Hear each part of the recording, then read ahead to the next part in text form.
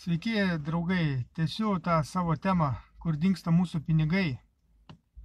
Nes ateina tokia rimta akistatos metas, kada mes privalėsim pas kiekvieną korumpuotą arba nekorumpuotą politiką paklausti. Tiksliau, korumpuotą politiką, kur dingo pinigai. Tai va, šios dienos tema yra valstybės skola. Tai mūsų skola. Ir kur tie pinigai yra. Tai va, pradedam. Tai šiuo momentu valstybės skola yra 26 milijardai eurų. Arba mes kiekvienas esam skolingi maždaug apie 10 tūkstančių eurų. Kiekvienas. Apie 10 tūkstančių eurų. Ką tai reiškia? Tai, pavyzdžiui, 4 asmenų šeima gyvenanti yra skolinga 40 tūkstančių eurų Europai. Didelė suma, įspūdinga suma. Ir čia kyla klausimų, jeigu mes mokam mokesčius, pradedam žemės mokestis, nekilnojamo turto mokestis, pelno mokestis, PVM mokestis, akcizų mokestis, mokam už vandenį, mokam už elektrą, čia visur yra PVM-ai, pilam kūrą mokam akcizą, taršos mokestis, bendrijos mokestis, valdos mokestis, mokesčiai po mokesčių, kaip sako, kaip ten sakė Armonaitė, pokyčiai po pokyčių, tai mokesčiai ant mokesčių, mokesčiai ant mokesčių, mokesčiai ant mokesčių, vieni mokesčiai. Ir vėl vis tiek valstybė toliau skolinasi pinigus ir dar sumokėtų N mokesčių mes sugebam prasiskolinti dar 26 milijardus eurų. Ir kur tie pinigai? O tie pinigai, tie 26 milijardai buvo skirta Lietuvos ekonomikos gaivinimui, regionų gaivinimui, skirti buvo pinigai. Ir kaip su tais regionais? Gyvi regionai? Abejojama, ne? Jaunimo neliko, mokyklos uždaromos, medicinos įstaigos uždaromos, bibliotekos uždaromos, susisiekimas mažinamas, banko skyriai uždaromi, regioną, čia regioną sugaivino. Kur pinigai?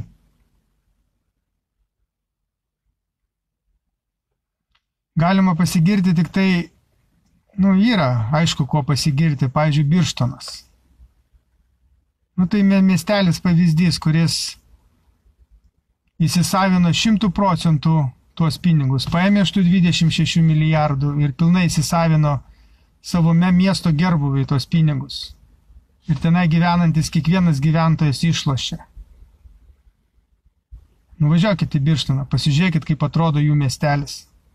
Keliai išasfaltuoti, pėsčiųjų takai naujom trinkelėm iškloti, dviračių takai palei Nemuną iškloti, padaryti, nauji stulpai, visi namai susitvarkė, stogus pasikeitė, tvoros naujos susidėję. Verslui visa infrastruktūra paruošta, spa centrai klesti, kavinės klesti ir žmonių nekilnojamo turto kaina yra šokusi į aukštumas. Ten pardavęs savo namuką, Vilniaus centre nusiperka prabangų butą. Žemės kaina kosmose. Štai ką išlošia Birštono gyventojas, kada jo politikas buvo nekorumpuotas, mylintis savo miestelį žmogus. O ta istorija, kiek aš čia sugirdėjęs, labai paprasta. Tai susirinko politikai ir verslininkai Birštono ir nusprendė, kad įsisavinam 100%, padarom savo miestelį gražų, patrauklų ir verslui patrauklų ir turizmui patrauklų. Taip ir padarė. Kiekvienas gyventojas išlošia, turėdamas tokį politiką. Jo nekilnojamo turto kaina šoko į viršų ir žemė pabrango. Ta pati galima pasakyti apie Širvintų miestą, kur šeimininkauja Pinskuvienė, ponia Pinskuvienė. Tai yra puikus pavyzdys, kad vis dėlto galima Lietuvą vesti teisingų kelių, klestėjimo kelių. Šita moteris yra didelė rakštis visai šitai sistemai, nes jinai akivaizdžiai rodo ir įrodo, kad galima kurti ir sukurti. Tuose pačiuose Širvintose nekilnojamo turto kaina kyla į viršų. Žemės kaina taip pat aukšta. Nu, dar kurie, žinau, miestelį, tai, pavyzdžiui, Gargždai, pasižiūrėkime į Gargždus. Žinot, kas jiems vadovauja? Petras Gražulis. Ten jį rinko Gargždiškiai. Pasiklauskit pas Gargždiškius, ką jie mano apie Petrą Gražulį. Nei vieno blogo žodžio neišgirsit. O miestelėje nekilnojamo turto kaina aukštesnė negu Klaipėdoje, uostamiestyje. Maža miestelė kaina didesnė negu uostamiestyje, nekilnojamo turto kaina. Pagaunat kampą? Atvažiuoja į miestelį, viskas tvarkinga, stotis tvarkinga, viskas labai gražu, sutvarkyta ir taip toliau. O čia žmonės įsisavina pinigus. Tai vat, jeigu tu nuvažiavęs į Birštoną ir grįžęs pas save miestelį nerandi to gerbuvio, kuris yra sukurtas Birštone, gali drąsiai atvažiuoti eiti pas savo išrinktą politiką ir paklausti, kur pinigai, kodėl pas mus taip nėra kaip Birštone. O neseniai mūsų valstybės skola buvo 24 milijardai 500. Dabar jinai pašoko iki 26 milijardų, nes Šimonytė vėl pasiskolino 1,5 milijardo eurų. Kriziai gaivinti, kriziai atgaivinti ten, kad tą krizę sumažinti. Ir dabar išgirskite afiorą. Jinai iš tų 1,5 milijardo išima milijardą kompensuoti elektros kainas. Daugelis iš jūsų ploja katutes, oi, kaip šaunu, kokia šaunuolė. O jūs pagaunat kampą, kur nukeliaus, į kieno kišenės nukeliaus milijardas. Į Ignitis akcininkų kišenės. O mes visi tą milijardą turėsim gražinti kitą formą. Per mokesčius. Mūsų skola 10 tūkstančių skola padidės iki 11 tūkstančių eurų. Ir kiekvienas gimęs mūsų vaikas, anūkas, turės minus 11 tūkstančių eurų skolą iš karto gimęs, už tai, kad jinai dabar kompensuoja elektros kainas. Ir tas milijardas krenta ne į valstybės, ne į jūsų mano kišenę, o krenta į tų kišenės, į kreivio kišenę, nes jis irgi turi akcijų. Be to, visas šitas balaganas Seime yra nelegalus, nes jie visi davė priesaiką nelegaliam konstitucinio teismo pirmininku, kurio galiojimai buvo seniausiai pasibaigę. Tai reiškia, iš neteisės negali gimti teisė ir visi jų priimimi sprendimai yra nelegalūs. Jie neturi teisinio pagrindo, nes jie yra nedavė priesaikos Seimo nariai arba melagingai davė priesaiką. Melagingam konstitucinio teismo pirmininkui be jokių įgaliojimų. Čia balaganas konkretus yra. Tai va, yra tokia situacija mūsų. O tai pasako tik tai vieną dalyką, kad kaip yra svarbu ateiti, pakviesti savo draugą ir savo artimą ir priversti jį ateiti iki balsadėžės ir prabalsuoti. Nes už juos prabalsavo tik tai 18 procentų tautiečių. Ir tie 18, kurie yra kaip siurbėlės prisisiurbę prie mūsų biudžeto pinigų, jie siurbė. Jiems labai gerai, kada šita valdžia yra, nes jinai leidžia jiems lopti. Va tas 18 procentų jisai ateina. O 80 procentų tautos ant skurdo ribos gyvena. Tai va, jeigu jūs neteisit balsuoti, jie ateis balsuoti ir niekas nepasikeis. Dabar ateina savivaldybių rinkimai. Mes visi galime vieningai išmėžti tuos visus, kurie šitą valstybę pavertė tokia, ką mes dabar turime. Mes galime tai pakeisti, atėję balsuoti. Pagalvokite apie tai kiekvienas.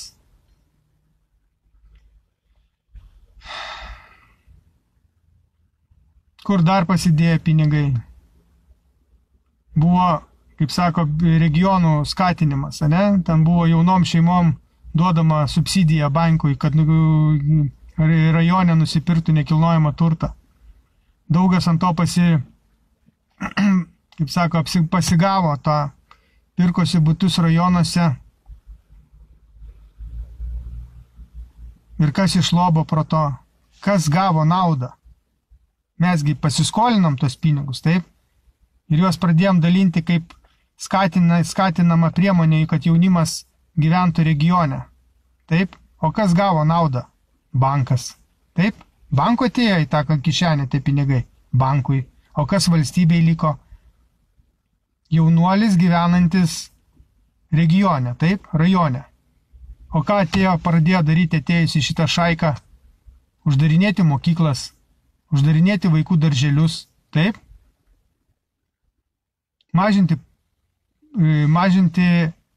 pašto skyrius rajonuose, medicinos, vaistinės pradėjo mažinti, susisiekimą bloginti. Taip? Daug kas susiduria. Pavyzdžiui, tokia priekulės miestelį vakare nuvažiuoti yra be šansų, reikalinga mašina. O jeigu mašinos nėra, ką daryti? Samdyti taksi reikia, teisingai. Aš apie savo regioną kalbu, bet turbūt tai yra kiekvienam regione, kad nuvažiuoti iki didesnio miesto vakare yra šansų nulis. Tai vat.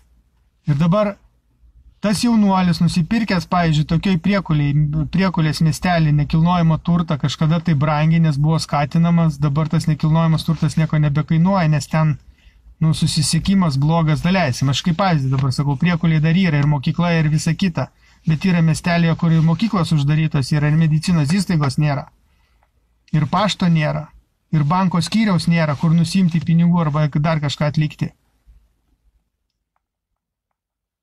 Tai jisai paėmė paskolą, įbrido į šitą bankinę paskolą ir dar liko skolingas. Jo nekilnojamas turtas vertės neuždirbo. Išlošė bankas, valstybė prasiskolino, mes visi tapom skolingi. Tai va, kaip mūsų buvo taškomi pinigai. Ištaškim visur, kas neduoda pridėtinės vertės. Neturim nei naujos gamyklos, nei dar kažko tai. Sakau, pavyzdys yra Birštonas. Viskas susitvarkė ir verslus sutvarkė, kad klestėtų verslas. Pavyzdys Širvintos. Pavyzdys iš dalies, pavyzdys Druskininkai. Nors ten ne viskas tvarkoja, ten atvažiuoja į miestą ir dar jaučiasi ta sovietinė, ta tokia eglė sanatorija, viena dalis renovuota, kita dalis nerenovuota. Ir kodėl jinai nerenovuota? Tai vat, gal jinai jau dabar renovuota, aš čia buvau prieš keletą metų, buvo nerenovuota. Tai vat, ateikit balsuoti, tai yra vienas iš svarbiausių dalykų, pareigų mūsų, tai yra mūsų pareiga ateiti prabalsuoti. Ir nebalsuokit už tuos, kurie nieko nepadarė, jūsų miestelėje nieko nepadarė, tik tai gražiai šnekėjo. Nes taip ir bus, kaip dabar yra. Taip kad yra kaip yra. Skolą turim, o gerbuvio turim ko nedaug, ne? Bet skolą turim. Todėl daugelis nuvažiuokit į Birštoną, pasižiūrėkit į Birštoną, grįžkit į savo miestelį ir paklauskit pas tą savo miestelio valdytoją, kodėl mes taip kaip ne Birštone. Tegu atsako, tegu parašo savo ataskaitą, kodėl jam taip nepasisekė ir to miestelio gyventojams taip nepasisekė. Pamastykit apie tai. Ir dar po savo šito video įdėsiu labai rimtą video, ten kalbės du Biblijos aiškintojai apie trečią temą, kur mes kalbėjome apie virtualius pinigus. Rekomenduoju iki galo paklausyti, išklausyti, ką jie kalba, nes ten bus labai daug pavyzdžių to, ko nerodo mūsų žiniasklaida. Kas yra Australijoje, Anglijoje, kokie priimami įstatymai. Tai ten yra kalbama, kad beveik 80% pasaulio jau pasirašė sutartį su tuo banku dėl virtualios valiutos įvedimo. Ir ateina tikrai labai sunkus laikai. Paklausykit, ką jie kalba. Aš po šio įrašo įdėsiu video tą. Rekomenduoju kiekvienam paklausyti ir pamatyti, nes ten bus ir nuorodos, galėsit pasitikrinti, ar tai tiesa ar netiesa ir spręsit patys. Tai ką, sėkmės. Metas atėjo atsikelti, atsibūsti ir pradėti uždavinėti klausimus šitiem politikam, kurie vedė mūsų šalį į šitą, atvedė šalį į šitą tašką, kur dabar mes esame. Į šitą skolos tašką 26 milijardai. Ir nieko neturi. Iki